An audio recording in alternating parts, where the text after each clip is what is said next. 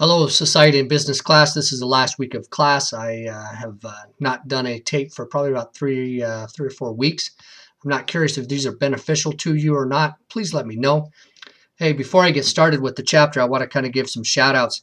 These are some people over this semester that have done some phenomenal work. Their work is pretty much on time. They've done all the assignments and even done a little bit above and beyond.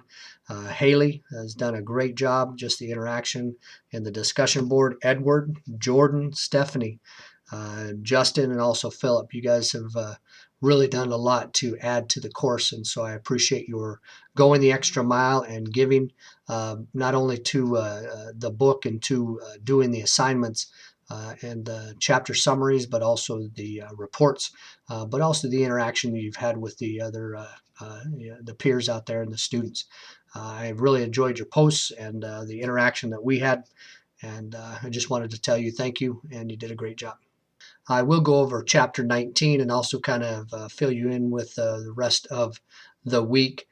We will cover a case summary of the case of Judy, which I hopefully you'll enjoy and get into it a little bit, and then the price of admission.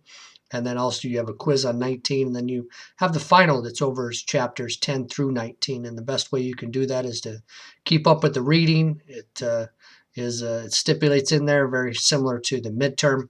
The difference is if you do get it done by the 10th, I will give you an extra 30 points instead of having you do another project, because I know this week with everything that's going on, it can be a little bit overwhelming, but with one chapter, hopefully you'll be able to get through it, and plus you can see the end of the tunnel. This week with chapter 19, it really talks about civil rights and discrimination and affirmative action. It has a lot in the chapter, as you guys can tell. It goes through several different areas of people that are protected, and you guys can see there's getting away from discrimination from color, from race, religion, national origin, sex, age, and also disabilities. One of the things is disabilities is one of the last, they talk about it in the media, that is one of the last areas that still there is some discrimination out there. But it depends on who you are and how you look at it, because in each of those areas people do feel discriminated. But there's certain laws that are there that dictate what employers can and cannot do, and the rules are out there to kind of give equal rights across the board. I know that even some of these things have been sent all the way up to the Supreme Court, and the Supreme Court has had to decide. I believe that one of the things that they're going to be deciding pretty soon, which is one of our laws that, or one of our cases here, is discrimination against same-sex marriages or people, and whether they can be able to have benefits. I think there's a couple other states, but I believe the Supreme Court is looking at possibly looking at that and making some rulings next year on that. But what you guys will see is there's several federal anti-discrimination laws back to the 64, 67, 73, 90, 91. There's still some coming out today. And hopefully most of you know about these. If not, you'll have a good eye-opener about how some of these things came about. But really it's about protecting people and giving equal rights to everyone. There still is some discrimination between sexes. They call that the glass ceiling. There has been some change over the years, but still not as well as some people would like it. You guys can go through these.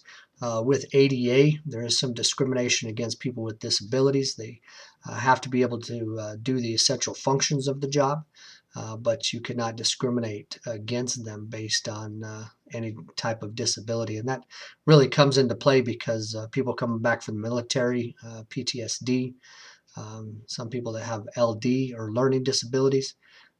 So all these things are there to be able to give some equal rights to different people. One of the controversial ones, which they don't go over too much in here, is, for example, substance abuse, alcoholics, and people that function and have those concerns and issues, and how do you deal with them in a workforce. There are some laws that protect them, and that they do need services and they do need help. For other people, they feel like it's a choice and that these people can fix themselves. But legally, those are some things that are coming down that will continue to be controversial, and decisions will have to be made. As you guys go through the chapter, you'll see that really this chapter really tries to get into the depths of equality and really pay for equity, and also sexual harassment. There's a lot of different clips out there that we could talk about this, but I'm not going to get too in depth, because as this whole book has been just kind of a surface over these different topics and discussing them. But even in the schools, high schools and so forth, they do deal with sexual harassment, and uh, how you deal with students to hold them accountable, because there has been a lot of that in the past that has not been adhered to. What constitutes a hostile work environment?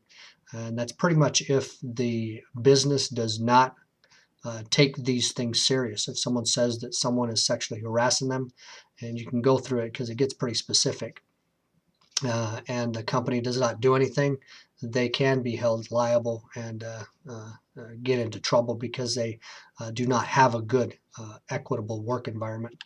There is more acceptance for diversity, at least I've seen that over the years. People are more willing to talk about their disabilities. People are more willing to talk about, their rights, and that they should be treated equal. Hopefully you got a lot out of the chapter. This was a great semester. You guys did some phenomenal work. Hopefully it was beneficial to you.